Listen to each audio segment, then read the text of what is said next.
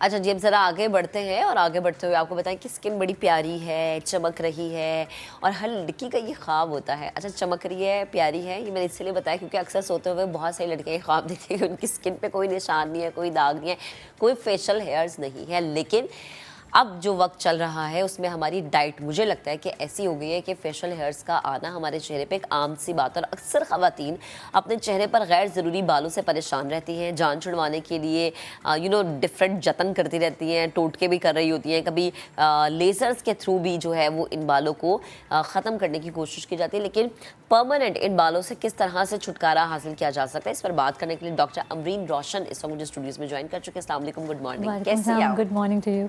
बिल्कुल ठीक, आप कैसी हैं? अल्हम्दुलिल्लाह। अच्छा, आजकल मैंने देखा है कि टीनेजर्स में भी ये बहुत हो गया है कि जी फेशियल हेयर्स हैं और आप फेशियल हेयर्स को छुपाने के लिए या तो ब्लीच कर लेते हैं या आप वैक्सिंग करवा रहे होते हैं या थ्रेडिंग करवा रहे होते हैं। ये क्या तरीके सही है? देखिए, हमने भी ये किया जब हम छोटे थे, तो हमें भी नहीं पता था। हमने भी ये किया। पर लास्ट 20 इयर्स से जब से ये लेज़र्स आए हैं तब से अक्सर हमने देखा है, मतलब हमने अब देखा है कि बच्चे अब वैक्सिंग पे जाते ही नहीं हैं। They don't go for waxing के दर्द होता है। लेज़र्स इतने इजी हो गए हैं, पेनलेस हो गए हैं। तमाम लेज़र्स ऐसे हैं जिनमें पेन ही नहीं होता। तो बच्चे वैक्सिंग और थ्रेडिंग को मतलब वो स्किप करके लेज़र्स पे आ गए। अच्छा, लेज़र करवाना क्या सेफ़ होता है? डिपेंड करता है कि बहुत सारे लेज़र्स हैं, बहुत सारे लेज़र्स हैं। डिपेंड करता है कि कौन सा लेज़र करा रहा है। अब जैसे मैं आपको बताऊं कि they are different companies from different brands. तो हमें नहीं वी नो कि आई कांट से कि अमेरिकन ही बेस्ट हैं। अमेरिकन हैं, कुछ कोरियन हैं, कुछ चाइनीज़ हैं, कुछ चीपर हैं प्राइस में। अमेरिकन जैसे बहुत एक्सपेंसिव हैं, हर डॉक्टर नहीं अफोर्ड कर सकता। Even Korean are very expensive. तो पर मैं ये मानती हूँ कि इवन अगर चाइनीज़ भी हैं तो अगर आप उसको एक प्रॉपर स्ट्रेंथ पे रख कर, एनर्जी पे रख कर करो उस पे, तो कोई नुकसान नहीं पहुंचेगा। कोई नुकसान नहीं है। अच्छा, इसकी सेटिंग्स होती है, डिपेंड कि आपकी हेयर ग्रोथ कितनी थिक है। बिल्कुल, इसकी सेटिंग्स होती हैं डिपेंडिंग ऑन एवरी पर्सन। हर इंसान अलग है। जैसे किसी को 6 to 8 से यूजुअली 6 to 8 सेटिंग्स होती हैं। पर कुछ लोगों को, जैसे किसी औरतों को कभी PCOS का प्रॉब्लम है, हार्मोनल इश्यूज़ हैं, तो उनको मल्टीपल हो जाते हैं। कोई काउंटिंग ही नहीं है फिर। अच्छा। करते रहो। अच्छा, एक दफ़ा आपने 6 से 7 सेटिंग्स करवा ली, उसके बाद ख़त्म, दोबारा ग्रोथ नहीं होती, ये गारंटी है? अच्छा, नहीं, बाल कभी भी लाइफ में नहीं जाएगा। ओके। सबसे पहले मैं पेशेंट्स को बताती हूँ कि hair is not gonna go forever. Okay. 10% off your hair will always remain with you.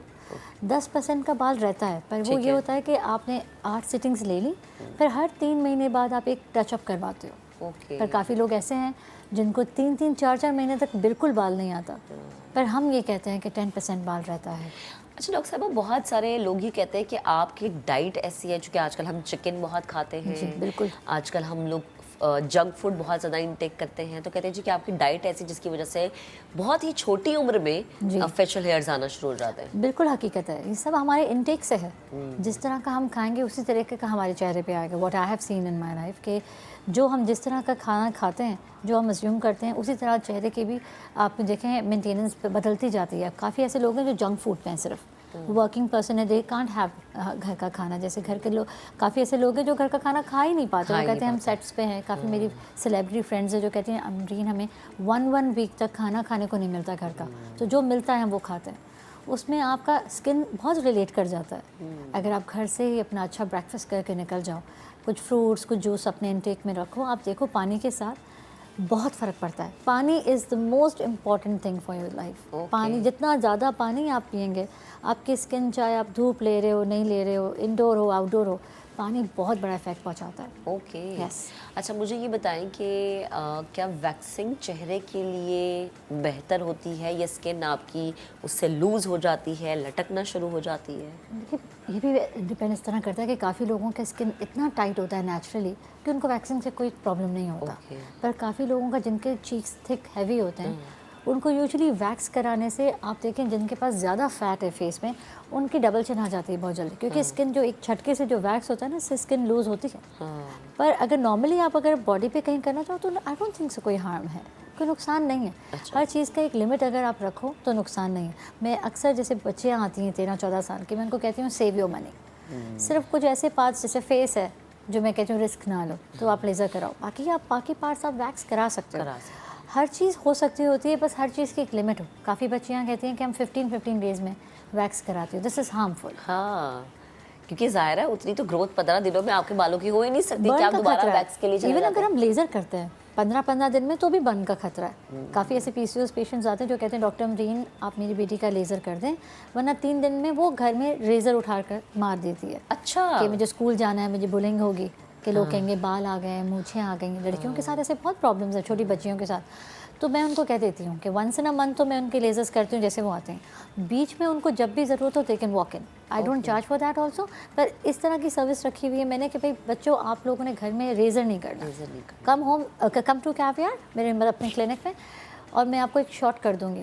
पर थोड़ा सा शॉर्ट करके उनको भी सेटिस्फाई हम कर देते हैं कि ताकि वो घर में रेज़र ना करें। सही है, ठीक है डॉक्टर साहब, अभी ब्रेक का कहा जा रहा है, ब्रेक लेते हैं। ब्रेक से जब वापस आएंगे डिस्कशन करेंगे कि क्या कुछ आपको अपनी डाइट से हटा देना चाहिए कि आप इन बालों से बच सके।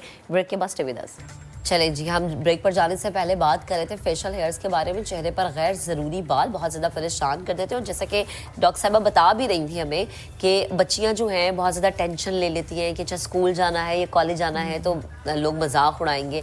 मुझे ये बताएं डॉक्टर साहबा कि हमारी डाइट अब ऐसे, जैसे आपने कहा ना कि हमें हफ्तों हफ्तों खाना नहीं मिलता, हमारे साथ भी ऐसा होता है कि जब हम अपनी अम्मी के घर जाते हैं या अपनी ससुराल जाते हैं तभी घर का खाना हमें मिलता है, वरना हम भी बाहर के खानों में चलते हैं। तो आपको अपनी डाइट से क्या निकाल देना चाहिए कि आप एटलीस्ट किसी हद तक महफूज रहें?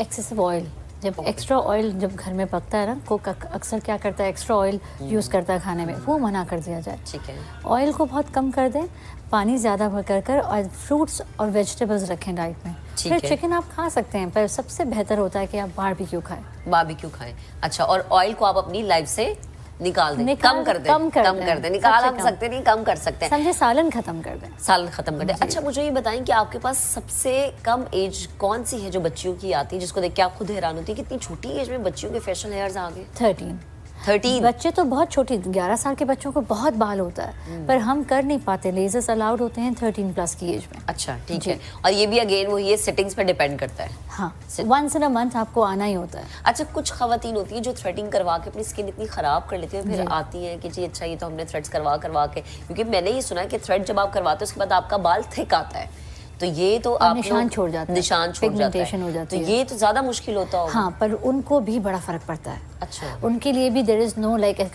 नो नो कि हम लोग कहते हैं, उनको भी होप देते हैं। टाइम ज़्यादा लगता है उनके साथ, पर उनके भी यकीन माने वो जो निशान होते हैं वो भी चले जाते हैं। ठीक है डॉक्टर साहब, बेहद शुक्रिया हमारे साथ मौजूद थी, गुफ्तगू कर रही थी। मैं जरूर आपके क्लिनिक आऊंगी आज।